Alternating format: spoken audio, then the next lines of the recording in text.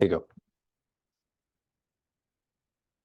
जब भी हम किसी मशीन को माने सर्वर को एक्सेस करते हैं तो कुछ प्रोटोकॉल्स का यूज करते हैं। ठीक है।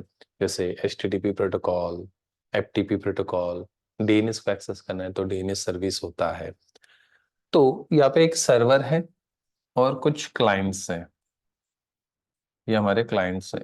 इट्स से हंड्रेड्स ऑफ क्लाइंट्स है मेरे पास यहाँ पे। हंड्रेड्स मशीन्स हैं। ठीक है। ये 100 मशीन्स इस सर्वर को एक्सेस करते हैं, एक पर्टिकुलर सर्विस को एक्सेस करते हैं। जैसे HTTP सर्विस वो क्या कर रहे हैं, एक्सेस कर रहे हैं। HTTP सर्विस जो वेबसाइट को होस्ट करने के लिए यूज किया जाता है, या कोई एप्लीकेशन को रन करना है या होस्ट करना है तो उसके लिए हम HTTP सर्विस, वेब सर्विस का यूज करते हैं। तो ये सब क्लाइंट एक साथ उसको कांटेक्ट करते हैं। तो सर्वर को हम कांटेक्ट करते तो सर्वर का भी एक लिमिट होता है, कितने नंबर ऑफ सेशंस वो क्रिएट कर सकता है, या कितने लोगों को एक साथ सर्विस दे सकता है, कितने क्लाइंट्स को एक साथ सर्विस दे सकता है। तो ये हर एक सर्विस का एक बैंडविड्थ होता है, हर एक सर्विस का एक लिमिट होता है सर्वर का। ठीक है। जैसे लेट्स से ये सर्वर का जो कॉन्फ़िगरेशन है इसके हिसाब से ये बोलता है कि मैं सिर्फ 1000 कनेक्शन से क्या कर सकता हूँ, बना सकता हूँ। माने मैं एट ए टाइम 1000 क्लाइंट को ही सर्विस दे सकता हूँ। 100 मशीन उसको कांटेक्ट कर रहे हैं एक साथ, तो वो सर्विस वो बड़ा आराम से सर्विस दे रहा है, उसको कोई दिक्कत नहीं सर्वर के ऊपर।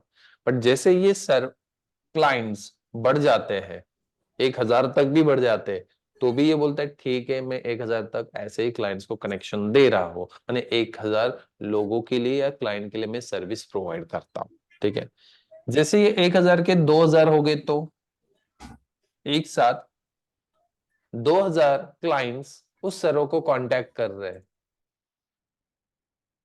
तो सर्वर रिस्पॉन्ड नहीं करेगा। 1000 क्लाइंट को तो वो सर्विस दे सकता है, बट उससे ज्यादा क्लाइंट्स को ये सर्विस नहीं दे सकता है। क्यों? बिकॉज उसका लिमिट ही उतना है, कॉन्फ़िगरेशन ही उतना है। वो भी तो एक मशीन होता है सर्वर, और सर्वर का भी एक लिमिट होगा, इतने ही लोगों को एक साथ वो क्या कर सकता है, सर्विस दे सकता है। चलो एक एग्जांपल लेते हैं। ये क्लासरूम है, इस क्लासरूम का भी एक लिमिट होगा ना। मैं 100 स्टूडेंट्स थोड़ी बैठा सकता हूँ यहाँ पे, नहीं ना। यहाँ पे 25 लोग बैठ रहे हैं तो 25 लोगों का ही सिटिंग अरेंजमेंट है, तो 25 लोगों को ही अलाउ होगा, या 25 लोगों को ही मैं एक साथ ऑफलाइन पढ़ा सकता हूँ। ठीक है। 50 लोग आ रहे हैं तो पॉसिबल नहीं, सिर्फ 25 को सर्विस मिलेगा, 25 वेटिंग पे होगा। ठीक है। सेम थिंग यहाँ पे 1000 लोगों को ये क्या करेगा, सर्विस देगा अपने क्लाइंट्स को, बाकी 1000 क्लाइंट्स को सर्विस प्रोवाइड नहीं करेगा, सर्विस डिनाई करेगा। ठीक है। तो हर एक का एक लिमिट होता है, तो सर्वर का भी कुछ लिमिट है, तो उसके हिसाब से काम करेगा। ठीक है। तो ये सर्विस जो दे रहा है, कोई एप्लीकेशन हम होस्ट कर रहे हैं वेबसाइट के थ्रू, या कोई मेरा ऐसा ऑनलाइन शॉपिंग पोर्टल है जहां से ऑनलाइन शॉपिंग कर रहे क्लाइंट्स, वैसे तो नुकसान मेरा ही है। क्यों? बिकॉज 1000 क्लाइंट मेरे पास तो आ रहे हैं, बट मैं उसको सर्विस डिनाई कर रहा हूँ। ठीक है। तो नुकसान उस कंपनी का होगा, उस एप्लीकेशन का जिसका होगा वो एप्लीकेशन। ठीक है। तो सॉल्यूशन क्या है, क्या करना है? तो हमारे पास एक ऑप्शन होता है कि इस सर्वर का कॉन्फ़िगरेशन को हायर कर दो। मैंने रैम 8 GB थे तो 16 GB कर दो, या 16 GB है तो 32 GB कर दो। आप साइज को बढ़ा दो, मैंने कॉन्फ़िगरेशन को अपग्रेड कर लो, प्रोसेसर अपग्रेड कर लो। तो इससे क्या होगा, इसका लिमिट बढ़ जाएगा। अभी ये 2000 क्लाइंट को क्या कर सकता है, एट ए टाइम सर्विस दे सकता है। ठीक है। अभी 2000 क्लाइंट इसको कनेक्ट कर रहे हैं तो ये सर्वर आराम से सर्विस दे रहा है, पर 2000 के ऊपर जाते हैं तो ये उसको सर्विस नहीं देगा। और कभी कभी हो सकता है इतने लोग एक साथ सर्वर को कांटेक्ट कर रहे हैं, तो सर्वर पे तो कितना ट्रैफिक बढ़ जाएगा, कितना लोड बढ़ेगा, सीपीयू यूटिलाइजेशन, मेमोरी यूटिलाइजेशन बढ़ेगा, और ये सर्वर क्रैश भी हो सकता है, जिसको हम सर्वर डाउन बोल देते हैं। सर्वर क्रैश हो जाता है, बिकॉज वो भी तो एक हार्डवेयर है, और उस हार्डवेयर पे इतना लोड हमने दे दिया तो वो क्रैश कर गया। और सर्वर क्रैश हो गया तो फिर वो जो एप्लीकेशन हमने यहाँ पे रन किया था, वो एप्लीकेशन वो भी तो बंद पड़ जाएगा। एप्लीकेशन वेबसाइट डाउन हो गया तो फिर से और नुकसान। ठीक है, जो बिजनेस होने वाला था 1 या 2 दिन में, वो नहीं होगा तो नुकसान ही तो है उस कंपनी के लिए, उस एप्लीकेशन के लिए। ठीक है, और फिर इस एप्लीकेशन को फिर से रिबिल्ड करना, फिर से उस सर्वर को रिबिल्ड करना कितना टाइम ले लेगा? 1-2 दिन लग जाएगा या उससे ज्यादा भी लग सकता है। और फिर 2-3 दिन के बाद आप फिर से वो एप्लीकेशन पे सर्विसेज चलाओगे। बट 2-3 दिन के लिए आपका सर्वर डाउन था, 3 दिन का कितना नुकसान हो जाएगा? ठीक है, तो इससे बचने के लिए क्या है, और एक सर्वर लगा दो यहाँ पे बैकअप के लिए। ठीक है, वैसे इसका कॉन्फ़िगरेशन आप बढ़ा सकते हो, 32 GB है, 64 GB कर दो। ठीक है, बट ये खुद हार्डवेयर है, वो डाउन हो गया तो हार्डवेयर कॉन्फ़िगरेशन हम बढ़ा के तो आप उसका लिमिट बढ़ा सकते हो, बट ये हार्डवेयर है। दूसरे कारण बस वो सर्वर डाउन हो गया तो, चलो ट्रैफिक के कारण ही, दूसरा ही रीजन जो भी इलेक्ट्रॉनिक मशीन है तो वो खराब हो गया, कुछ पार्ट खराब हो गए तो बैकअप के लिए हमारे पास सर्वर ही नहीं है, तो बैकअप के लिए हम एक दूसरा सर्वर लेते हैं। तो ये दोनों सर्वर जो होंगे, ये क्या करेंगे, एक साथ सर्विस प्रोवाइड करेंगे। ये सर्वर 1 सर्वर 2 है, इसमें ये डाउन भी हो जाता है तो ये दूसरा इनको सर्विस दे देगा। ठीक है, ये फॉल्ट भी हो जाता है, माने फेल भी हो जाता है, करप्ट भी हो जाता है, तो ये बैकअप के लिए दूसरा सर्वर होगा, दूसरा सर्वर सर्विस आपको प्रोवाइड करेगा। तो फॉल्ट टॉलरेंस, माने इनकेस एक मशीन डाउन होता है, फेल होता है, तो दूसरा बैकअप के लिए होता है जो सर्विस देता है। इसमें लोड को भी डिस्ट्रीब्यूट किया जाता है, मतलब कुछ लोड इस सर्वर के पास जाएगा तो कुछ लोड इस सर्वर के पास जाएगा, तो लोड को डिस्ट्रीब्यूट कर दिया। इसी को हम लोड बैलेंसर बोलते हैं, या लोड बैलेंसिंग। जो आने वाला इनकमिंग ट्रैफिक है ना, उसको डिस्ट्रीब्यूट कर दो, यानी एक सर्वर पे डायरेक्ट लोड मत दे दो, तो लोड को 50-50 या फिर 60-40 जैसे हिसाब से वो डिस्ट्रीब्यूट कर देता है। पहला क्लाइंट आया तो मैंने सर्वर 1 के पास भेज दिया, दूसरा क्लाइंट आया सर्वर 2 के पास भेज दिया, तीसरा क्लाइंट सर्वर 1 के पास, फोर्थ क्लाइंट सर्वर 2 के पास। इसी तरह से लोड को मैं क्या कर रहा हूँ, डिस्ट्रीब्यूट। तो इसको बोला जाता है लोड बैलेंसर। ठीक है, और ये लोड बैलेंसर ये काम करता है। ठीक है, और आज के सेशन में हमें यही डिस्कस करना है कि AWS अकाउंट के अंदर या AWS क्लाउड के अंदर लोड बैलेंसर को कैसे कॉन्फ़िगर करना है प्रैक्टिकली। ठीक है, पहले भी ये कंसेप्ट होता था फिजिकल सेटअप में, ऐसा नहीं कि क्लाउड ने ही लोड बैलेंसर को इंट्रोड्यूस किया, पहले भी होता था, बट ये फिजिकल सेटअप बनाना पड़ता था। यानी फिजिकल 2 सर्वर्स, 1 और 2, एक 10 लाख का सर्वर, दूसरा भी 10 लाख का, 20 लाख का, तो हार्डवेयर का कॉस्ट चला गया, फिर ऑपरेटिंग सिस्टम का कॉस्ट, फिर उसको कॉन्फ़िगर करो, उसको मेंटेन मैनेज, ये सब कुछ हेडेक उस कंपनी का था जो अपने ऑन प्रीमाइसेस, खुद के प्रीमाइसेस के अंदर ये बना रहा है। ठीक है, एडब्ल्यूएस बोलता है आप क्लाउड पे बना लो, कोई 10 लाख 20 लाख का इन्वेस्टमेंट नहीं करना है आपको, आपके सिर्फ आपकी EC2 मशीन बना लो, उसके रेंट आपको पे करना है बस। लोड बैलेंसर हम आपको प्रोवाइड कर देते हैं, लोड को डिस्ट्रीब्यूट कर लेगा। कौन सा लोड बैलेंसर चाहिए, 3 में से कौन सी भी लोड बैलेंसर आप यूज कर सकते हो। ठीक है, तो लोड को ये डिस्ट्रीब्यूट करने के लिए बनाया गया, तो एक के ऊपर लोड आएगा तो दूसरा झेल लेगा, फिर आप बोलेंगे सर दोनों के ऊपर आ गया तो फिर आप उतना प्रोविजनिंग करके रखो तीसरा सर्वर का। तो आपको पता है कि आपके पास ट्रैफिक ज्यादा आता है, क्लाइंट धीरे धीरे बढ़ने लगे, तो आपको उतना प्रोविजनिंग करना पड़ेगा तीसरे सर्वर का, या फिर और भी ट्रैफिक हो रहा है तो आपको फोर्थ सर्वर का प्रोविजनिंग करना है। अभी एक नहीं, 4-4 सर्वर्स सर्विस प्रोवाइड कर रहे हैं। ठीक है, आज यूट्यूब को आप एक्सेस करते हो, एक सर्वर होता तो कब का डाउन हो जाता। कितने लोग एक साथ यूट्यूब को कांटेक्ट कर रहे हैं, फ्लिपकार्ट, अमेजॉन, ये वेबसाइट्स को कितने लोग एक साथ कांटेक्ट करते हैं। ठीक है, वो डाउन नहीं होता है, क्यों? बिकॉज वो एक सर्वर थोड़ी है, उसके हजारों सर्वर्स होंगे जो एक साथ हमें सर्विस दे रहे हैं। ठीक है, इसीलिए यूट्यूब सर्वर डाउन नहीं जा रहा है, बिकॉज जितना भी लोड आता है तो उन्होंने वो प्रोविजनिंग करके रखा है, हजारों लाखों मशीन का प्रोविजनिंग करके रखा है कि ये सब यूट्यूब सर्वर्स है। जब भी हमारा ट्रैफिक जाएगा तो डिस्ट्रीब्यूट होके जाता है, लोड को बैलेंस कर लेता है, तो वहां पे लोड बैलेंसर कॉन्फ़िगर है। हर IT कंपनी में ये लोड बैलेंसर कॉन्सेप्ट होता है। ठीक है, तो लोड को 4 सर्वर्स में क्या किया जाएगा, डिस्ट्रीब्यूट किया जाएगा, कितना भी ट्रैफिक आने दो। सपोज ये 1000 क्लाइंट को कनेक्ट मैनेज कर रहा है, ये 1000 1000 1000 सब लोग 1000 4000 क्लाइंट्स को एक साथ मैनेज कर सकते हो आप। मैं छोटा सा एग्जांपल बोल रहा हूँ, 4000, इससे ज्यादा होते, मिलियंस ऑफ यूजर्स एक साथ कनेक्ट होते। फेसबुक को कितने लोग कनेक्ट हो रहे, यूट्यूब को कितने, तो उसका उस सर्वर का कॉन्फ़िगरेशन भी उतना हाइयर होता है। तो हम मोटा मोटा भी देखते कि ये 1000 कनेक्शन बना सकता है, ये 1000, वैसे 4000 कनेक्शन एट ए टाइम ये सर्वर सर्विस दे सकते हैं। उससे ज्यादा ट्रैफिक हो गया, आपको लग रहा है ज्यादा ट्रैफिक, तो आप और सर्वर का प्रोविजनिंग कर लो इस तरह से। इसमें आपके कुछ सर्वर डाउन भी हो गए, जैसे ये सर्वर डाउन हो गया, ये सर्वर डाउन हो गया, तो ये दो सर्वर्स इनको क्या करेंगे, सर्विस प्रोवाइड करेंगे।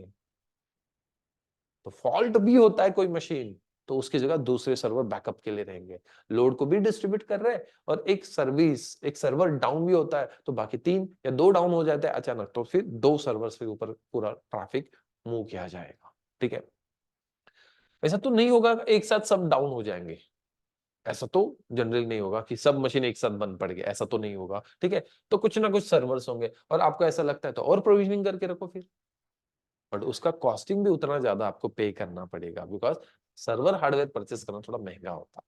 तो फिर एडब्ल्यूएस बोलते हैं आप क्लाउड पे बना लो ये पूरा सेटअप, जो पहले फिजिकल मशीन पे बना रहे थे, अभी आप क्लाउड पे EC2 मशीन बना लो, ये सर्वर आप बना लो, 100 सर्वर बना लो, 100 सर्वर का सिर्फ आपको रेंट पे करना है। वंस टाइम आपको थोड़ी 1 लाख बने 10 लाख का इन्वेस्टमेंट करना है या 20 लाख का इन्वेस्टमेंट करना है, अब तो इंस्टॉलमेंट में आपको पैसा देना है, जितना यूज करोगे उतना आपको चार्जेस देना है। ठीक है, तो ये लोड बैलेंसर होता है, लोड को डिस्ट्रीब्यूट करने के लिए यूज किया जाता है, और आज का टॉपिक हमारा यही है, लोड बैलेंसर।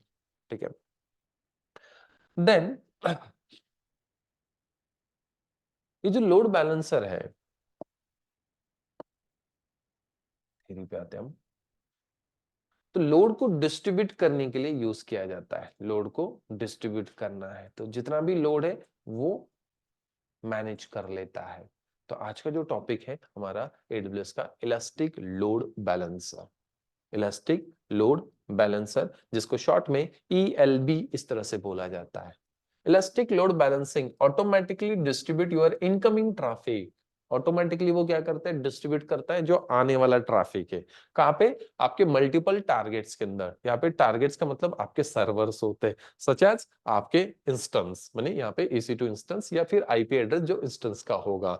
तो 1 or more एबिलिटी जोन्स, माने कोई भी एलिटी जोन में आपका सर्वर होगा, वहां पे उसको ट्रैफिक को भेजा जाएगा। ठीक है, ऐसा नहीं कि एक ही एलिटी जोन में आपके सब सर्वर्स होने चाहिए, 10 सर्वर से तो 10 सर्वर एक ही इसके अंदर होने चाहिए, ऐसा नहीं है। तो ये डिफरेंट डिफरेंट एलिटी जोन में है तो भी ये काम करता है, तो लोड बैलेंसर। ठीक है, तो ये ऑटोमेटिकली क्या करता है, डिस्ट्रीब्यूट करता है जो आने वाला ट्रैफिक है तो बाकी सर्वर्स के पास। ठीक है, देन लोड बैलेंसर जो है ये इंक्रीज करता है आपका सर्वर्स का हाईली अवेलेबल, आपको सर्विस आपको हाईली अवेलेबल होगा, इसलिए यूट्यूब सर्विस देखो हाईली अवेलेबल होता है, जीमेल हाईली अवेलेबल होता है। कभी भी आप एक्सेस करो ना, कभी आपने सुना है यूट्यूब डाउन हो गया है, हाँ कभी कभार जीमेल वगैरह एक पीछे 2008 में डाउन हो गया था कुछ 2-3 दिन के लिए, 7 दिन के लिए पीछे, ठीक है वो पुरानी बात है, बट अभी तो जनरली इतना हमने सुना नहीं कि ये सर्वर डाउन हो गए, जो बड़े बड़े सर्विस वेबसाइट्स एप्लीकेशन होस्ट कर रहे हैं। ठीक है, तो ये हाईली अवेलेबल होता है, बिकॉज एक थोड़ी सर्विस दे रहा है, मल्टीपल लोग सर्विस दे रहे हैं। ठीक है, चलो हम अपना ही एग्जांपल ले लेते हैं। सपोज मैं बीमार पड़ गया, मैं आपको एक सर्विस दे रहा हूं, मैं बीमार पड़ गया तो मैंने आपको बोला कल ना छुट्टी है, इसका मतलब आपको कल सर्विस नहीं मिला, कल सर्विस नहीं मिलेगा। ठीक है, क्यों, बिकॉज मैं बीमार हूं, जो सर्विस देने वाला था वही बीमार है। ठीक है, तो मैंने एक प्रोविजनिंग करके रखा है, तो इससे क्या होगा, आपका भी नुकसान हो गया, उस दिन का सेशन नहीं हुआ तो एक दिन आपका फिर एक बैच एक दिन आगे चला गया, और मेरा भी नुकसान हो गया कि एक दिन थोड़ा सा बढ़ गया फिर उस बैच के लिए। ठीक है, तो मैंने प्रोविजनिंग क्या करके रखा है, एक और एक फैकल्टी अरेंज करके रखा है, हम दोनों मिलके क्या कर रहे हैं, AWS पढ़ा रहे हैं, हम दोनों मिलके रेड हैट पढ़ा रहे हैं। जैसे मैं बीमार पड़ जाता हूं तो मैं उसको बोल देता हूं, वो आपको वो सेशन डिलीवर कर देगा, आपको भी सर्विस क्या मिल रहा है, कंटिन्यूसली मिल रहा है। ओके, और आपका भी नुकसान नहीं होगा और मेरा भी नुकसान नहीं होगा। ठीक है, तो हम दोनों मिलके क्या कर रहे हैं, आपको सर्विस दे रहे हैं। वो बीमार पड़ गया तो मैं आके आपका सेशन कंडक्ट कर लेता हूं, मैं बीमार पड़ जाता हूं तो वो सेशन कंडक्ट कर लेता है, इस तरह से। तो सेम कंसेप्ट यहाँ पे भी है, एक सर्वर फॉल्ट हो जाता है, फेल हो जाता है, करप्ट हो जाता है, तो दूसरा सर्वर क्या कर देगा, उसको सर्विस प्रोवाइड करेगा। ठीक है, सपोज मैं 9:30 से लेके 10:30 के बैच के लिए मैं आपके लिए बिजी हो गया, और कुछ 10 स्टूडेंट्स आते हैं उनको भी AWS पढ़ना है, और टाइम यही चाहिए 9:30 से लेकर 10:30 तक, मैं तो उसको टाइम नहीं दे सकता, क्यों, मैंने ऑलरेडी आप के लिए टाइम दे दिया है, तो फिर मैं एक तो उसको सर्विस डिनाई कर देता हूँ, नहीं बाबा 9:30 से 10:30 बजे का बैच आपको नहीं मिलेगा, तो नुकसान मेरा है, 10 स्टूडेंट्स चले गए, ठीक है। उससे बेटर मैं और एक फैकल्टी रखता और मैं उसको बोलता कि ठीक है 9:30 बजे से 10:30 बजे तक जो दूसरा फैकल्टी वो बिजी नहीं है, फ्री है, तो मैंने उस 10 स्टूडेंट्स को उनके पास भेज दिया, ठीक है, तो मेरा भी नुकसान नहीं है और सर्विस भी उनको मिल जाएगा। तो इस तरह से तो हमने क्या कर दिया, लोड को डिस्ट्रीब्यूट कर दिया, जो 10 स्टूडेंट्स थे मैंने उस दूसरे फैकल्टी के पास भेज दिए, मैं बिजी था तो उसके पास भेज दिए। इसी तरह से एक सर्वर कोई भी बिजी होता है तो दूसरे सर्वर के पास वो ट्रैफिक भेजा जाता है, लोड बैलेंसर ये खुद सेंस करता है और उसके अकॉर्डिंग ये भेज देता है, ठीक है। वैसे ये परसेंटेज के हिसाब से डिफाइन किया जाता है, इस सर्वर का सीपीयू यूटिलाइजेशन कितना है 80%, माने उसके ऊपर ज्यादा लोड है, और इसका कितना है 60%, इसके ऊपर लोड कम है इससे, तो फिर उस ट्रैफिक को यहाँ पे भेज देगा जो भी नया इनकमिंग ट्रैफिक होगा। और तीसरा सर्वर उसके पास तो 40% ही चल रहा है, तो फिर वो क्या करेगा, इसके पास भेज देगा जिसका सीपीयू यूटिलाइजेशन कम है या इसके ऊपर लोड कम है। तो इस तरह से वो चेक करता है सीपीयू यूटिलाइजेशन किसका ज्यादा है मतलब ज्यादा लोड है, कम है इसका मतलब उसके पास कम लोड है, फिर जो आने वाला नया ट्रैफिक है उसके पास भेज देगा। तो इस तरह से ये लोड बैलेंसर काम करता है, ठीक है। पहले हम इसको फिजिकल जब ये सेटअप बनाते थे, इसको हम बोलते थे एचए प्रॉक्सी, आज भी वर्ड यूज किया जाता है एचए प्रॉक्सी, माने हाईली अवेलेबिलिटी, इस तरह होता है एच माने हाईली अवेलेबिलिटी, ठीक है। तो सर्वर आपके लिए हाईली अवेलेबल्स रहेंगे सर्विस प्रोवाइड करने के लिए, जिस तरह से गूगल फेसबुक हमारे लिए हाईली अवेलेबल्स होते हैं, जो हमें एनी टाइम कभी भी आप उन सर्वर को कांटेक्ट करो आपको सर्विस देंगे। ऐसा नहीं बोलेगा जीमेल कि मैं रात 10 बजे काम नहीं करता, हर 24 और 7 डेज आपको ये काम करता है और हमें एक सर्विस देता है, ठीक है। तो उन्होंने उस तरह से प्रोविजनिंग किया, कितना भी ट्रैफिक आने दो वो कंट्रोल मैनेज करते हैं, हर एक का बैंडविड्थ होगा उसके हिसाब से वो काम करते हैं, ठीक है। तो बैकएंड में इसी तरह से लोड बैलेंसर कॉन्फ़िगर किए जाते हैं। इलास्टिक लोड बैलेंसर सपोर्ट करता है फॉलोइंग लोड बैलेंसर, जैसे कि application load balancer, network load balancer and आपका क्लासिक लोड बैलेंसर। जो सबसे पहले जो था वो था क्लासिक लोड बैलेंसर, सबसे पहले क्लासिक लोड बैलेंसर। उसके बाद application and network load balancer को बनाया गया। तो जब AWS ने ये लोड बैलेंसर कंसेप्ट इंट्रोड्यूस किया था तो सबसे पहले क्लासिक लोड बैलेंसर था, बट ये classic load balancer last year मैंने 2023 में 15 अगस्त को इसको रिटायर कर दिया गया है, ठीक है। बट अभी भी वो पैनल पे अवेलेबल है, ठीक है। तो जिनका पुराना लोड बैलेंसर उन्होंने पहले ही कॉन्फ़िगर किया था तो उनको उन्होंने माइग्रेशन के लिए एप्लीकेशन लोड बैलेंस में आप माइग्रेट कर सकते हो, इस तरह से उन्होंने ऑप्शन दिया है। फिलहाल ये ऑप्शन अभी भी है, देखते हैं, मैंने भी अभी लास्ट टाइम बैच में पढ़ाया था तो था, आपके बैच में भी होगा तो हम उसको कवर कर लेंगे। अदरवाइज क्लासिक लोड बैलेंसर को रिटायर कर दिया गया है, ठीक है। देन तो जब तक है तब तक हम प्रैक्टिकल कर लेंगे, जब उसने उसको निकाल दिया तो फिर उसको हम 2 ही प्रैक्टिकल्स हम कवर करेंगे। वैसे इस टॉपिक में या इस कोर्स के अंदर जो आपने सॉल्यूशन आर्किटेक्ट का कोर्स लिया इसमें सिर्फ 2 ही लोड बैलेंसर है सिलेबस में, एक है क्लासिक लोड बैलेंसर और एक है application load balancer.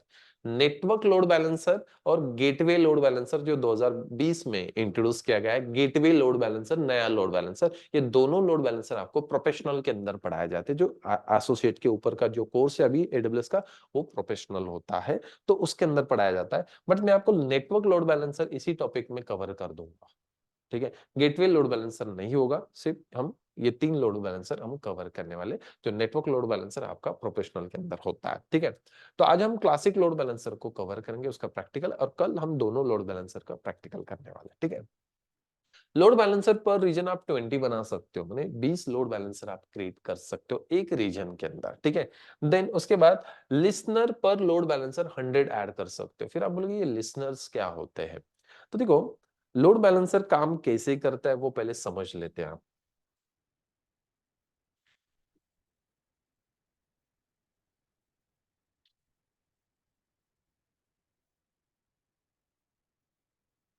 Let's say ये हमारा एक लोड बैलेंसर है, मैं इसको ELB लिख देता हूं, इलास्टिक लोड बैलेंसर, ठीक है। और इलास्टिक लोड बैलेंसर के बैकएंड में ये कुछ हमारे नोड्स होते हैं, EC2 मशीन्स है, मैं 3 का प्रोविजनिंग कर रहा हूँ। EC2 मैंने अपने सर्वर से, इन शॉर्ट ना, EC2 सर्वर से, ये पहला है, ये दूसरा है और ये तीसरा है। मैंने 3 सर्वर का हमने प्रोविजनिंग किया है। लोड बैलेंसर जो होता है उसको एक पब्लिक आईपी होता है, माने जो इंटरनेट से जो भी ट्रैफिक आएगा तो उसका कम्युनिकेशन पब्लिक टू पब्लिक होने वाला है। और यहाँ पे उसको एक प्राइवेट आईपी एड्रेस होता है। तो लोड बैलेंसर को 2 एड्रेस होते हैं, एक पब्लिक और एक प्राइवेट। क्यों?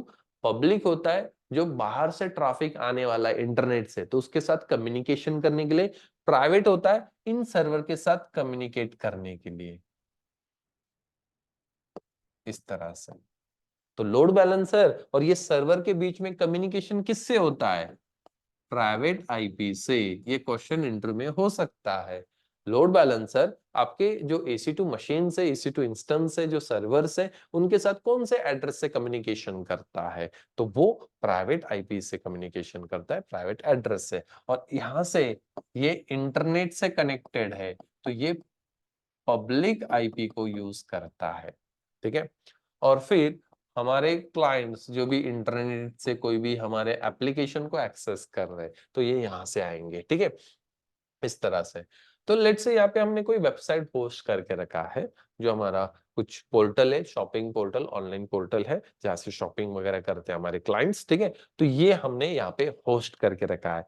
तीनों सर्वर्स के अंदर सेम वेबसाइट होगा, अलग अलग नहीं। ठीक है, जैसे मैं AWS और रेड हैट पढ़ा रहा हूं, तो वो फैकल्टी भी AWS रेड हैट पढ़ा रहा है।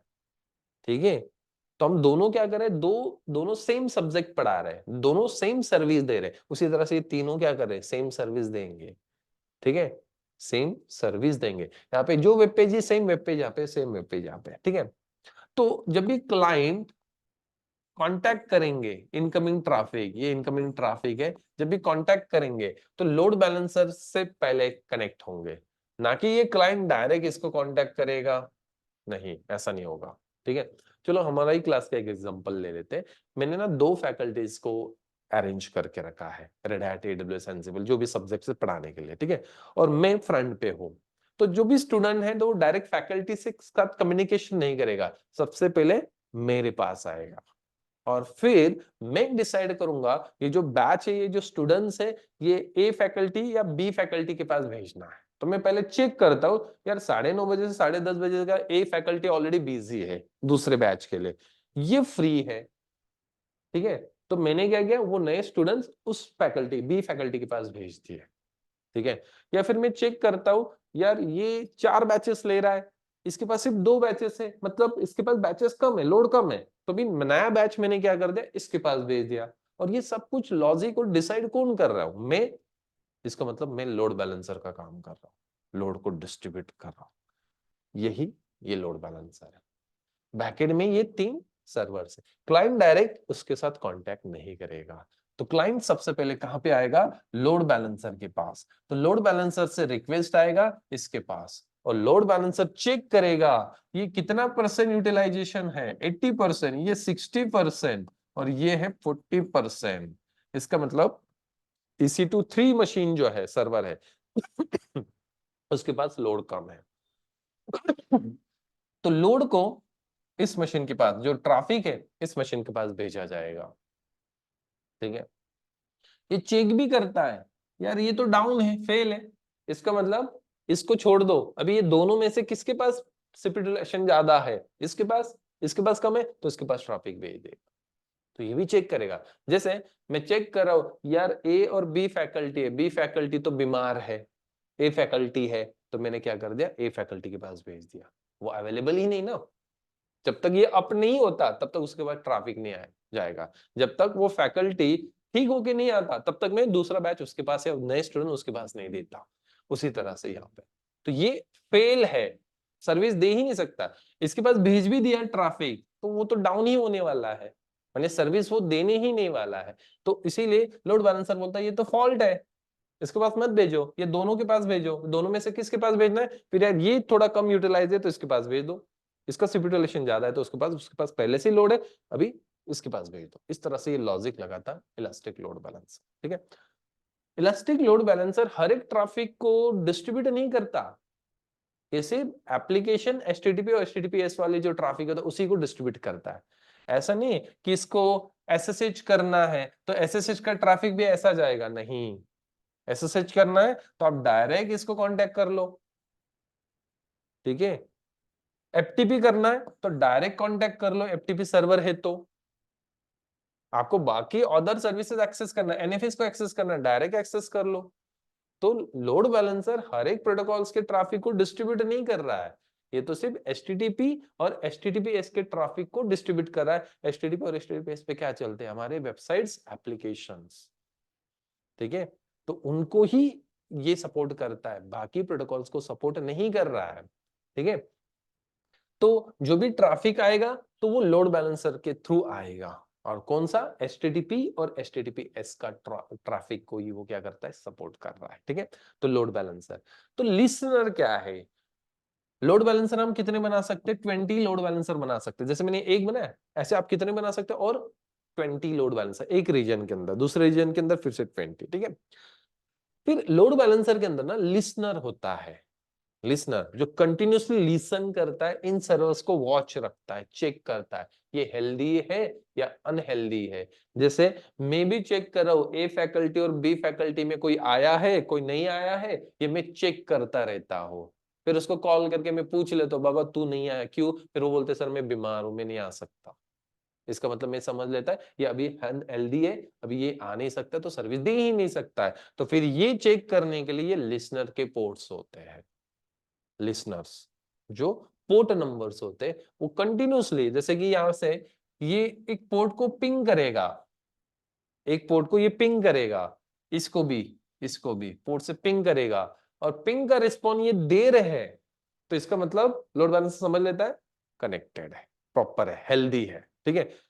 पिंग का रिस्पॉन्स नहीं आ रहा है, एक बार नहीं आया, ये फिर से थोड़ी देर में फिर से कॉल करके देखेगा, मैंने पिंग करके देखेगा, नहीं आ रहा है, और एक बार पिंग करके देखेगा, नहीं आ रहा है, तो फिर वो समझ लेता है ये सर्विस नहीं दे रहा है, बिकॉज जिस पोर्ट को मैं पिंग कर रहा हूं और वो पोर्ट से रिस्पॉन्ड नहीं आ रहा है, इसका मतलब यहाँ पे कुछ गड़बड़ है, ये अनहेल्दी डिक्लेयर कर दो।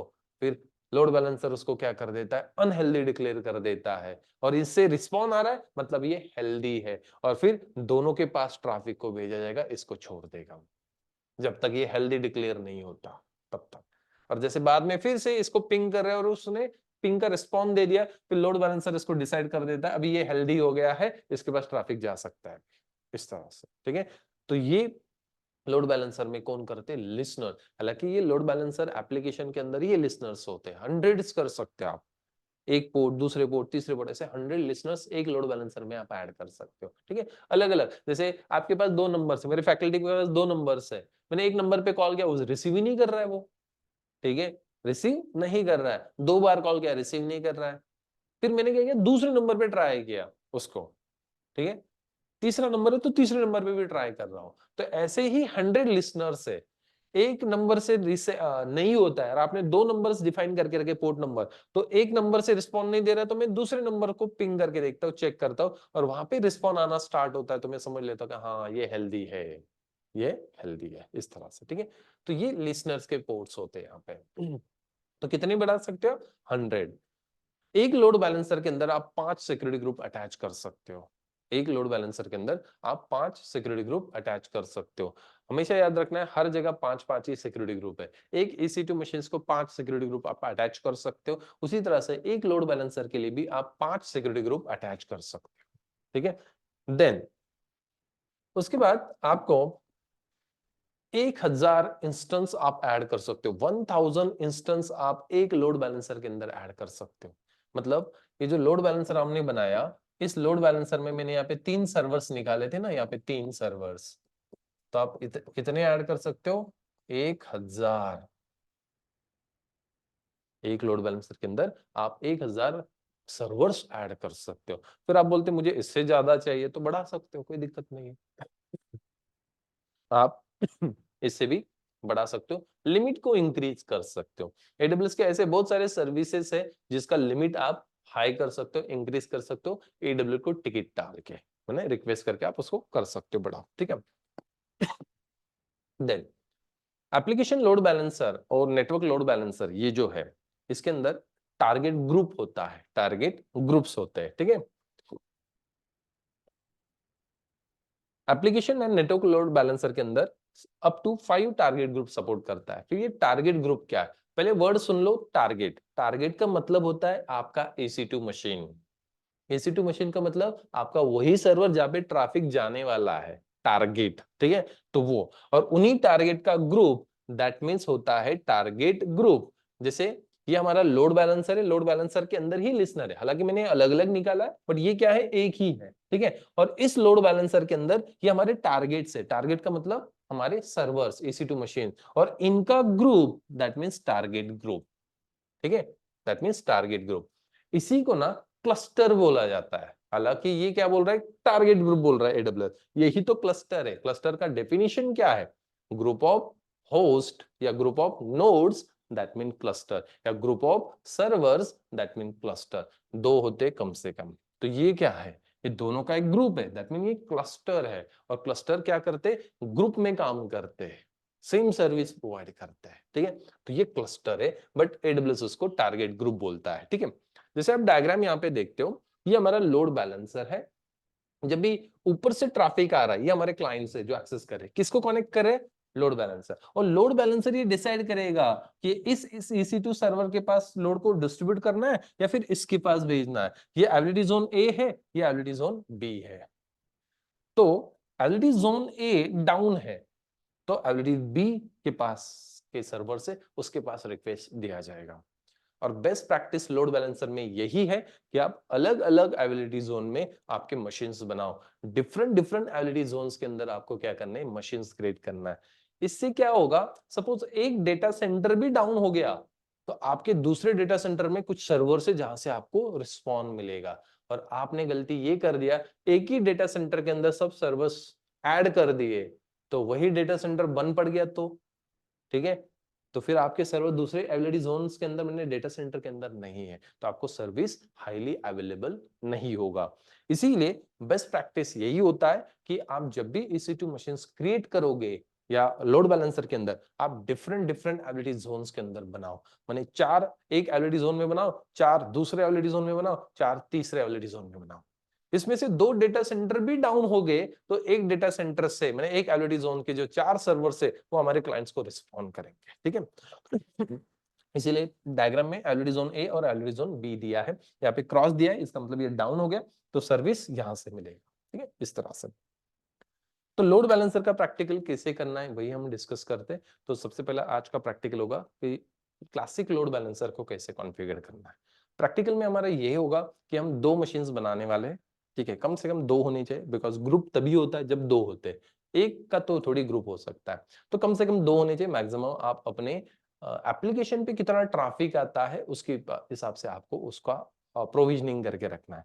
तो मुझे पता है कि मेरे वेबसाइट पे एक दिन में हजारों क्लाइंट कनेक्ट होते या 2000 क्लाइंट कनेक्ट होते, ठीक है। तो इसके हिसाब से आपने जो इवोल्यूशन किया है, जो आपने सर्वे किया है कि आपका ट्रैफिक कब बढ़ता है, रात में बढ़ता है, दिन में बढ़ता है, तो ये आपको थोड़ा सा मॉनिटरिंग करना होता है। और इसके हिसाब से हमें प्रोविजनिंग करना होता है कि इतने सर्वर्स की मुझे जरूरत है, बैकअप के लिए स्पेयर में मुझे इतना रखना है। तो इनकेस ट्रैफिक बढ़ भी गया तो फिर जो स्पेयर वाले सर्वर्स होंगे वो भी काम करेंगे आपके लिए, ठीक है। तो ऐसा आपको यहाँ पे डिसाइड करना है। तो हम प्रैक्टिस के लिए 2 ही सर्वर बनाएंगे, लोड बैलेंसर रहेगा, एक डाउन करेंगे, एक को बंद कर देंगे, और फिर दूसरे से सर्विस हमारा एक्सेस होगा। या फिर 3 बनाते, चलो प्रैक्टिस के लिए 3 बनाते, 3 में से एक डाउन करेंगे, 2 सर्विस आपको प्रोवाइड करेंगे, ठीक है। इस तरह से हमारा क्लासिक लोड बैलेंसर का प्रैक्टिकल रहेगा, ठीक है। ओके, क्या तो कुछ डाउट्स?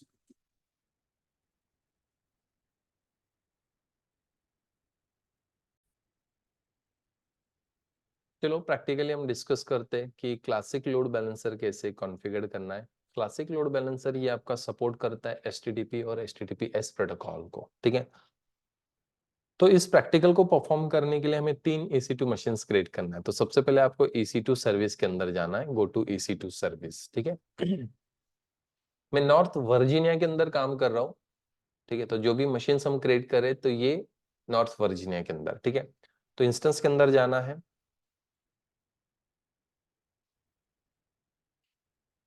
इंस्टेंस लॉन्च कर देते हैं, ठीक है। इसको मैं सर्वर 1 नेम दे देता हूँ, आपको जो भी नेम देना दे सकते हो। मशीन इमेज हमें सेलेक्ट करना है सेकेंड वाला। T2 माइक्रो ये इंस्टेंस टाइप है। की पेयर आपको दे देना है। एग्जिस्टिंग सिक्योरिटी ग्रुप जो भी है HTTP वाला वो सेलेक्ट कर लो। पहले हम VPC सेलेक्ट कर लेते हैं। सबनेट हम 1A को सिलेक्ट करते हैं। एक को बनाते 1A के अंदर, एक को बनाते 1B और एक को बनाते 1C के अंदर। तो 1A सिक्योरिटी ग्रुप एग्जिस्टिंग वाला जो है उसको हम सेलेक्ट कर लेते हैं, जैसे कि यहाँ पे SSH ICMP और HTTP इसको हम अलाउ कर देते हैं, जो पहले से हमने बना के रखा है। ठीक है, देन बाकी एज इट इज एक ही इंस्टेंस क्रिएट करते हैं। हाँ, और एक चीज, एडवांस डिटेल्स में जाके आपको एक कोड कॉपी पेस्ट करना है। हम वेबसाइट होस्ट करते हैं तो HTTP सर्वर कॉन्फ़िगर करना है, तो सॉफ्टवेयर इंस्टॉल करते हैं, एक इंडेक्स फाइल बनाते हैं। तो आप यहीं पे वो पूरे कमांड्स लिख दो, तो ऑटोमेटिकली मशीन जब लॉन्च होगा तभी ये स्क्रिप्ट एग्जीक्यूट हो जाएगा, आपका अपाचे सर्वर रेडी होगा। ठीक है, तो उसके लिए मैंने आपको एक फाइल दिया है अपडेट्स नाम से आपके ड्राइव पे। तो वहां पे एक फाइल है, वहां पे ये सब कोड्स हैं। ठीक है, तो मैं वहीं से कॉपी पेस्ट कर लेता हूँ।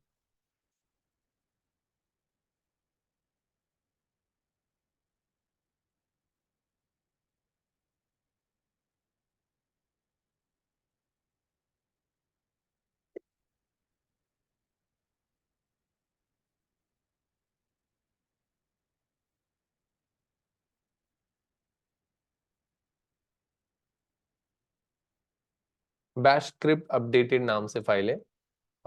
AWS प्रैक्टिशनर कोर्स नाम का एक फोल्डर होगा, वहां पे फाइल्स है। फाइल्स के अंदर ये आपको जितने भी फाइल्स और जो भी सॉफ्टवेयर पुट्टी वगैरह सॉफ्टवेयर सिलेबस में क्या क्या है, कौन से सर्विसेज हम डिस्कस करें, उसका PDF वगैरह मैंने सब उसके अंदर रखा है, तो आप उसको बाद में देख लो। ठीक है, तो ये फाइल है। इस फाइल में AWS ट्रेनिंग स्क्रिप्ट मैंने लिखा है, और सब स्क्रिप्ट जितने भी हमें लगने वाले आगे वो हम यहाँ पे पुट किया है, जैसे कि पाइथन के कुछ कोड्स लगने वाले, जेसन के, तो यहाँ पे सब कुछ रेडी है। तो हमें वो पाइथन जेसन लैंग्वेज आना चाहिए ऐसा कोई कंपल्शन नहीं है। आपको ये सब रेडी सेटअप मिल जाता है, साइट पे ही मिल जाएगा, सिर्फ थोड़े से लिटिल भी चेंजेस करना होता है आपको। ठीक है, देखो मैंने SNS में आपको ये एक कोड बताया था जो मैंने वेबसाइट से ही कॉपी किया था, मैंने यहाँ पे भी दिया है, सिर्फ बकेट का नेम अगर आपको चेंज करना है। ठीक है, नेक्स्ट, जो हमें कोड चाहिए, सबसे ऊपर वाला कोड चाहिए, जिसमें क्या लिखा है, स्क्रिप्ट है, सॉफ्टवेयर इंस्टॉल होगा पहले, फिर एक फाइल बनेगा इको कमांड से, welcome to AWS website server, और ये var www.html के अंदर index.html नाम से फाइल बनेगा, सर्विस रिस्टार्ट और एनेबल। जैसे नॉर्मल हम कमांड चलाते हैं वही कमांड मैंने सिक्वेंशियली लिख दिया, और उसको बिन बैश स्क्रिप्ट लिख दिया, ये कॉपी पेस्ट करके यहाँ पे पेस्ट कर दो। तो जब भी ये मशीन लॉन्च होगा ना, तो ये स्क्रिप्ट रन हो जाएगा, अपाचे सर्वर HTTP सर्वर आपका रेडी हो जाएगा। ठीक है, तो जस्ट मशीन को लॉन्च करते हैं। ये एक मशीन रेडी हो गया, फिर हम दूसरा मशीन बनाते हैं। अगेन एक मशीन क्रिएट कर लेते हैं, इसको हम नाम दे देते सर्वर 2। Amazon Linux 2 इसको सेलेक्ट करना है। उसके बाद आपको T2 माइक्रो की प्रोवाइड करना है, नेटवर्क को एडिट करना है, और यहाँ पे आपको 1A की जगह 1B सेलेक्ट करना है। Existing security group,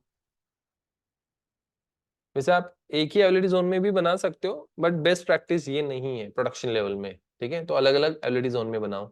advance details को क्लिक करो, एक्सपांड करो, और नीचे आप इसी स्क्रिप्ट को कॉपी पेस्ट कर दो। हम एक काम करते हैं, इसको ना सर्वर 2 है तो इसलिए सर्वर 2 लिख देते हैं, मैं भूल गया पहले सर्वर 1 लिखना। ठीक है, तो ये आइडेंटिफाई करने के लिए हम सर्वर 2 से वेबसाइट एक्सेस करें। हालांकि प्रोडक्शन लेवल में ऐसा अलग अलग पेज नहीं होगा, प्रोडक्शन लेवल में जो भी तीनों सर्वर्स होंगे उसका पेज सेम ही होगा। ठीक है, बट हमें ये समझने के लिए ये सर्वर 1 से पेज आ रहा है, सर्वर 2 से आ रहा है, तो इसलिए मैंने लिटिल बिट चेंज कर दिया सर्वर 2। ठीक है, देन उसको सेव कर देते हैं, लॉन्च कर देते हैं उसको। ठीक है,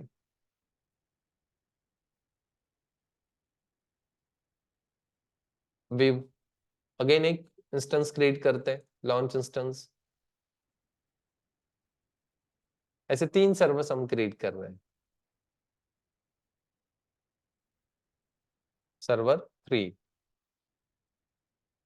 इमेज सेलेक्ट कर लो, T2 माइक्रो एग्जिस्टिंग की, और इसको हम बनाते हैं C के अंदर, 1C के अंदर, 1A 1B 1C।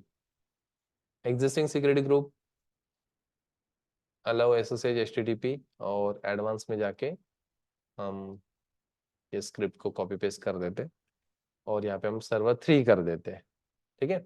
Launch system ऐसे ऐसे हम तीन सर्वर्स हमने बना लिए। अब टेस्टिंग भी कर लो कि जो हमने स्क्रिप्ट रन किया था वो एग्जीक्यूट हो रहा है नहीं हो रहा है। जैसे सर्वर 1 उसका पब्लिक IP, तो अब देखो ये वेब पेज हमने जो लिखा था वेलकम टू AWS, सर्वर 1 में लिखना भूल गया, ये सर्वर 1 है। उसी तरह से ये सर्वर 2, उसको सिलेक्ट करते, उसका पब्लिक IP कॉपी करते और ये सर्वर 2, ठीक है। ये सर्वर 2 है, सर्वर 1 है, सर्वर 2 और सर्वर 3, ऐसे 3 सर्वर्स हमने बना ले। तो आप भी टेस्ट कर लो कि आपने जो स्क्रिप्ट कॉपी पेस्ट किया वो सही है या नहीं। सर्वर 3, इसको थोड़ा टाइम लगेगा बिकॉज अभी हमने उसको लॉन्च किया है, ठीक है। तो ये रिलोड करो थोड़ी देर में तो ये भी ओपन हो जाएगा। तो ये देखो सर्वर 3, सर्वर 2 और सर्वर 1 ऐसा समझ लेते, ठीक है। तो इसको टेस्ट कर लो। 3 सर्वर तो रेडी कर लिया हमने, अभी लोड बैलेंसर कॉन्फ़िगर करना है। वहीं पे स्क्रॉल डाउन करना है और नीचे आप आते हो तो लोड बैलेंसिंग लिखा है और वहां पे लोड बैलेंसर्स के ऊपर क्लिक कर देना है। Create load balancer, application load balancer, network load balancer, gateway load balancer, ये नया वाला कंसेप्ट है, 2020 में इसको इंट्रोड्यूस किया गया है। और क्लासिक लोड बैलेंसर जो प्रीवियस जनरेशन यहाँ पे लिखा है जो पुराना है, तो ये नीचे है, तो आपको यहाँ पे क्रिएट कर लेना है, क्रिएट लोड बैलेंसर, ठीक है।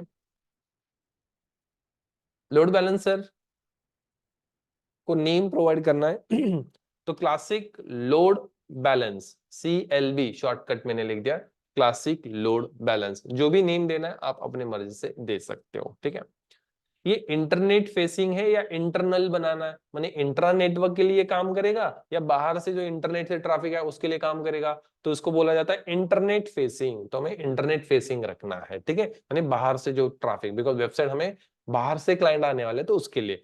हाँ, आपका प्राइवेट एड्रेस पे चलाना है सिर्फ लोकली, तो आप ये सिलेक्ट कर लो, ये पब्लिक सबनेट पे चलेगा, ये प्राइवेट सबनेट पे चलेगा, तो हमें इंटरनेट फेसिंग ही रखना है। VPC डिफॉल्ट एक ही हमारे पास। कौन से मशीन से, तो आपको पता है 1A 1B 1C, इसको सेलेक्ट कर लो जहां पे हमने EC2 मशीन्स को क्रिएट किया था, ठीक है। आपको नहीं याद आ रहा है, सब सेलेक्ट कर लो, कोई दिक्कत नहीं है, ठीक है। सिक्योरिटी ग्रुप, ये जो डिफॉल्ट है इसको डिलीट कर दो और जो हमने अलाउ SSH और ICMP HTTP इसको अलाउ, इसको सेलेक्ट कर लो।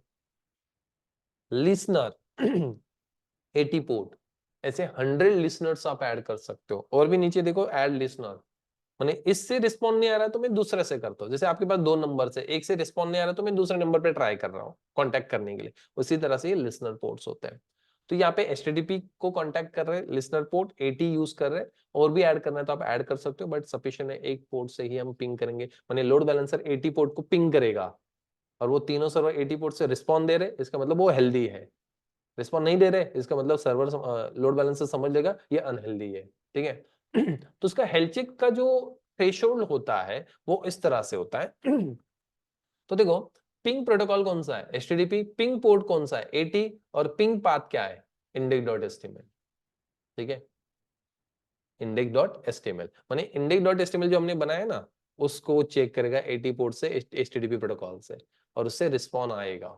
यहाँ पे नीचे आप एडवांस हेल्थ चेक सेटिंग पर क्लिक करो तो यहाँ पे कुछ थ्रेशोल्ड वैल्यू डिफाइन किए हैं, ठीक है। थोड़ा ग्राफिक में चेंज हो गया, ये पहले ये इंटरवल और हेल्थ इसी के नीचे आते थे, अभी उन्होंने 2-2 कर दिया साइड में, ठीक है। रिस्पॉन्ड टाइम 2 सेकेंड्स है।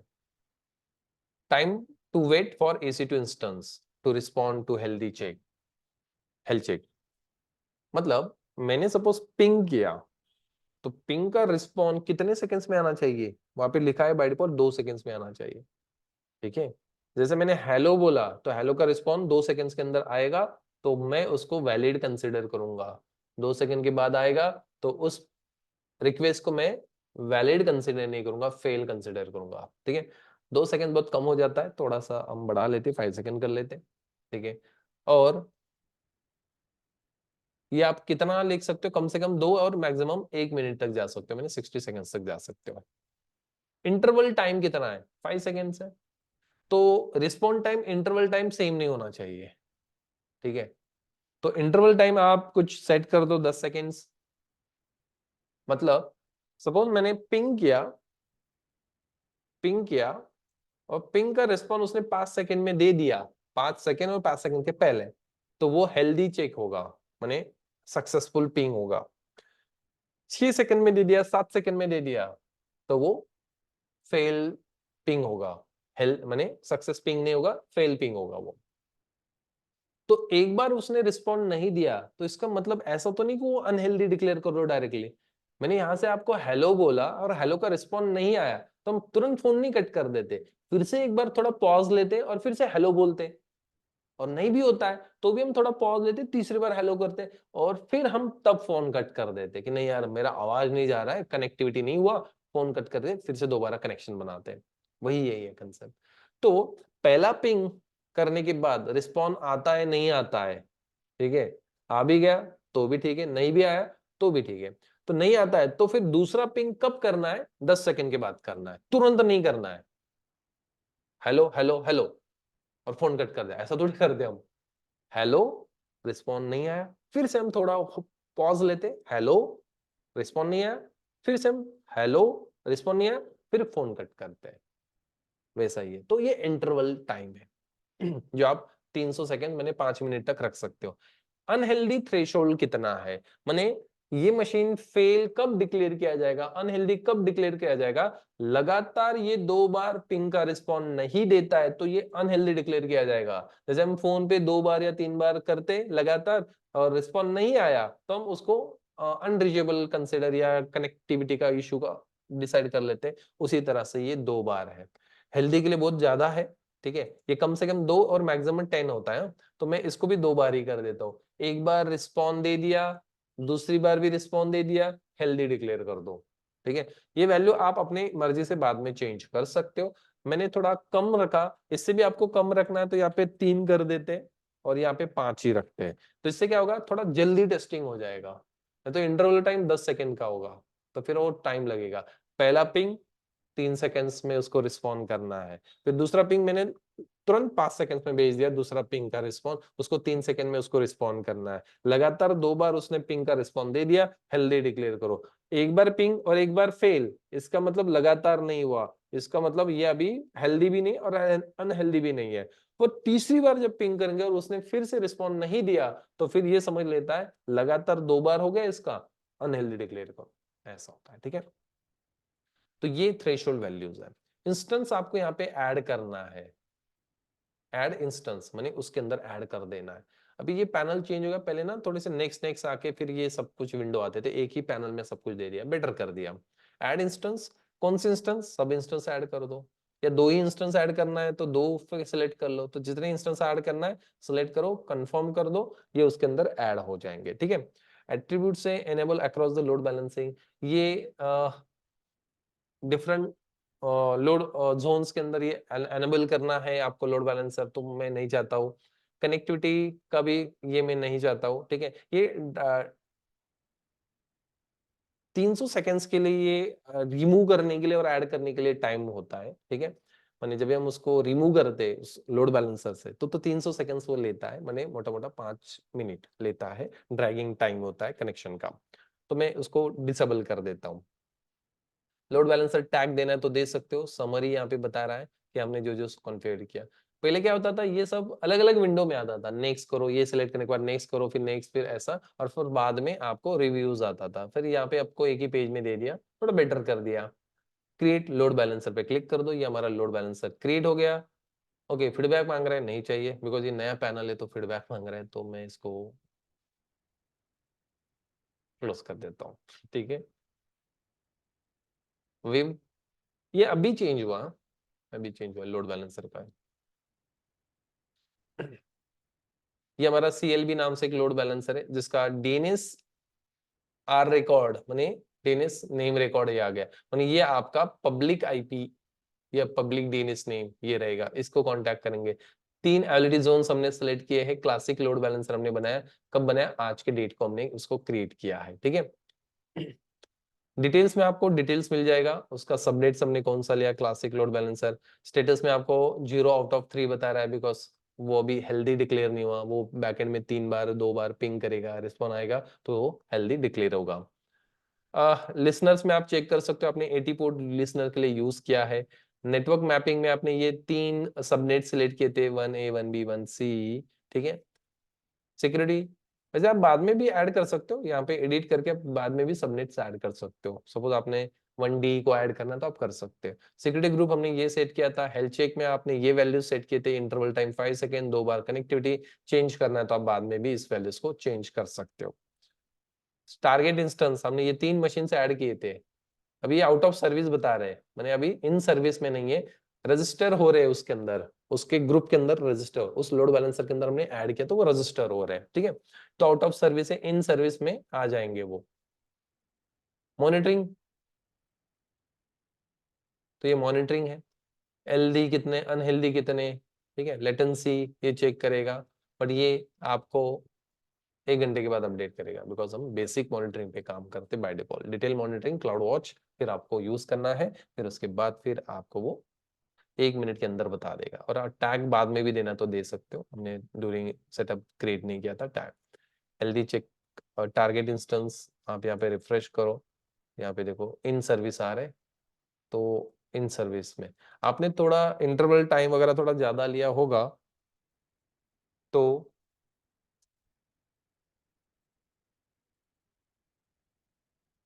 इंटरवल टाइम थोड़ा ज्यादा लिया होगा तो फिर ये आपको थोड़ा टाइम वेट करना पड़ेगा, ठीक है। देन तो चलो तीनों हेल्दी डिक्लेयर हो गए, देखो यहाँ पे स्टेटस में भी बता रहा है। डिटेल्स में जाते हैं, और ये जो उसका डीएनएस है, ये रिकॉर्ड इसको कॉपी कर लेते हैं और अभी हम एक्सेस करते हैं। लोड बैलेंसर का जो पब्लिक डीएनएस नेम बना उसको हम कांटेक्ट करें, ना कि इंडिविजुअल किसी मशीन को कांटेक्ट कर रहे हैं हम, ठीक है। मैंने हम लोड बैलेंसर का एड्रेस दे रहे, ये CLB नाम से आ गया। सर्वर 3 रिस्पॉन्ड कर रहा है, 3 में से सर्वर 3 के पास पहला रिक्वेस्ट गया। चलो रिफ्रेश करते हैं, रिफ्रेश सर्वर 3 एक काम करते हैं, मेरे इस ब्राउजर में बाद में आएगा वो, तो मैं दूसरे ब्राउजर से करता हूँ, फायरफॉक्स।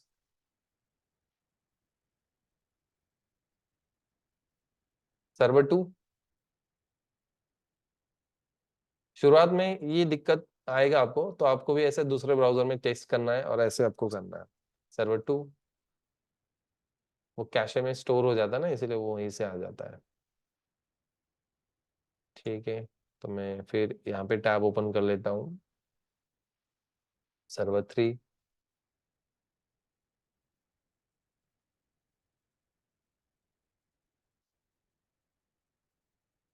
तो कुछ रिस्पॉन्स सर्वर 1 से आ रहा है, कुछ सॉरी सर्वर 2 से आ रहा है, कुछ रिस्पॉन्स सर्वर 3 से आ रहा है, ठीक है। ये सर्वर 2 आ रहा है,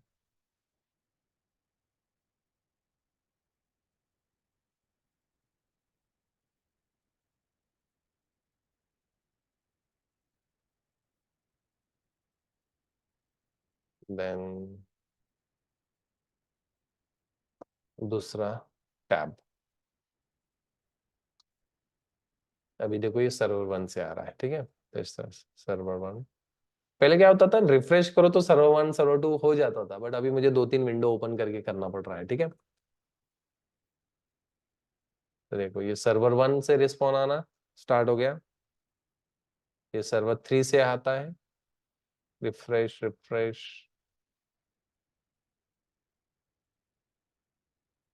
और फायरफॉक्स में सर्वर 2 आ रहा है, सर्वर 2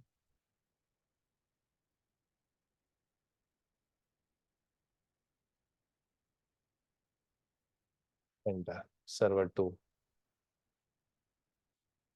तो तीनों सर्वर हमें क्या कर रहे, रिस्पॉन्ड कर रहे हैं, ठीक है। तो सपोज इन केस एक आधा सर्वर मशीन बंद पड़ गया तो चलो हम एक मशीन को बंद ही कर देते हैं, जैसे सर्वर 3 को बंद कर देते हैं, या सर्वर 2 को बंद कर देते, जो यहाँ पे एक्सेस हो रहा है, ये सर्वर 3 है ना, तो चलो सर्वर 3 को बंद कर देते, ये सेलेक्ट करते हैं।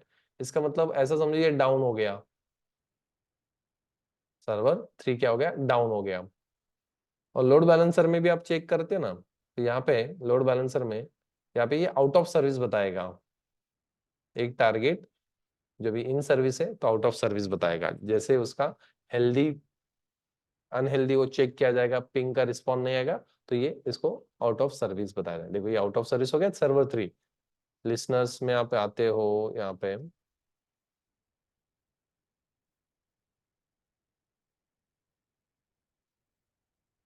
डिटेल्स में देखो 2 ही सर्वर सभी रिस्पॉन्ड करेंगे आपको 3 में से। तो मैं यहाँ पे रिफ्रेश करता हूँ तो देखो सर्वर 1 रिस्पॉन्ड कर रहा है अभी। पहले सर्वर 3 था ना, यहाँ पे देखो सर्वर 1 रिस्पॉन्ड कर रहा है यहाँ पे।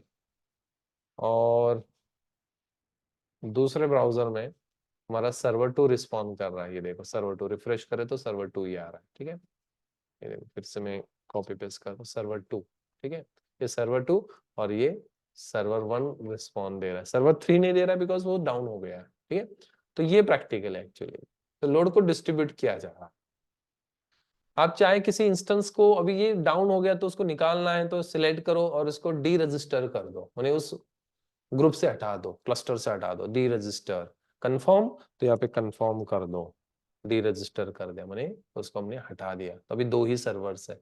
आपको किसी सर्वर को ऐड करना है, चलो मैं इस इंस्टेंस को क्या कर देता हूँ, फिर से स्टार्ट कर देते, अप कर देते उसको। ठीक है, और मैं चाहता हूँ अभी इसको ऐड कर देना। ये अभी हेल्दी हो गया है, प्रॉपर हमने कॉन्फ़िगरेशन ट्रबल शूटिंग कर लिया, जो भी प्रॉब्लम था फिक्स कर दिया। अभी मुझे उसके अंदर ऐड करना है तो टारगेट इंस्टेंस पे जाना है, मैनेज इंस्टेंस पे क्लिक करना है और उस मशीन को सिलेक्ट कर दो। एंड देन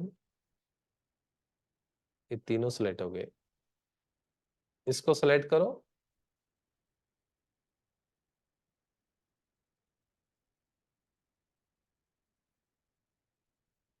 ओके, जैसे मैंने ऊपर सिलेक्ट किया तो नीचे ए आ गया। ठीक है, और स्टेटस पेंडिंग है तो मैं इसको सेव कर देता हूँ। तो नीचे बटन है सेव, तो सेव बटन पे क्लिक कर दो। तो ये देखो अभी तीनों सर्वर्स होंगे। एक तो आउट ऑफ सर्विस है, अभी देखो ये भी इन सर्विस में आ गया। ठीक है, जैसे उसका हेल्थ चेक हुआ। गलती से मैंने एक ही सिलेक्ट किया क्या?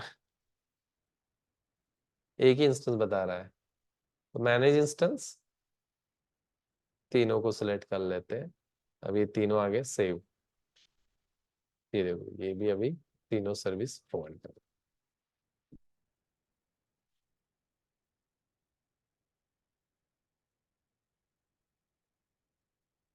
ऊपर आपको,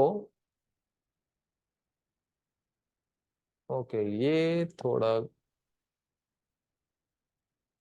पहले क्या होता था यहाँ पे एक को सिलेक्ट किया तो वही ऐड होता था, अभी आपको यहाँ पे तीनों को सिलेक्ट करना पड़ रहा है। Save the changes. ठीक है, ओके तीनों सर्विस से इन सर्विस में अभी हम चेक करते। अभी सर्वर 2, सर्वर 1 रिस्पॉन्ड कर रहा है, सर्वर 3 जो हमारा है, जो हमने अप किया, ये 2 रिस्पॉन्ड कर रहा है। तो 3 भी अप हो चुका है, वो 3 भी आपको सर्विस देना स्टार्ट करेगा। ठीक है, स्टे क्लियर। कैशे में वो सेव हो जाता है ना, तो वो उसी से दिखा था, ये वही बता रहा है। ठीक है, तो तीनों सर्वर्स हमारे एक्टिव है, वो तीनों सर्विस हमें रिस्पॉन्ड कर रहा है। देखो इन सर्विस, आप चाहे इसको डिलीट कर देना है लोड बैलेंसर को, तो सिलेक्ट करो, एक्शन पे जाओ और डिलीट लोड बैलेंसर पे क्लिक कर दो। कंफर्म, कंफर्म और डिलीट। और इंस्टेंस के अंदर जाके आपको वो तीनों इंस्टेंस को सिलेक्ट करके डिलीट कर दो। तो आज का जो प्रैक्टिकल हमने परफॉर्म किया उसको हमने डिलीट कर दिया। ठीक है, तो हमने क्लासिक लोड बैलेंसर डिस्कस किया। क्लासिक लोड बैलेंसर मैंने 3 सर्वर्स बनाए और तीनों सर्विस से रिस्पॉन्ड लिया। एक को डाउन करके देखा तो उसका रिस्पॉन्ड नहीं आया। ठीक है, कल हम network load balancer and application load balance का प्रैक्टिकल करेंगे। ठीक है, 2 प्रैक्टिकल्स हम कल परफॉर्म करेंगे लोड बैलेंसर का।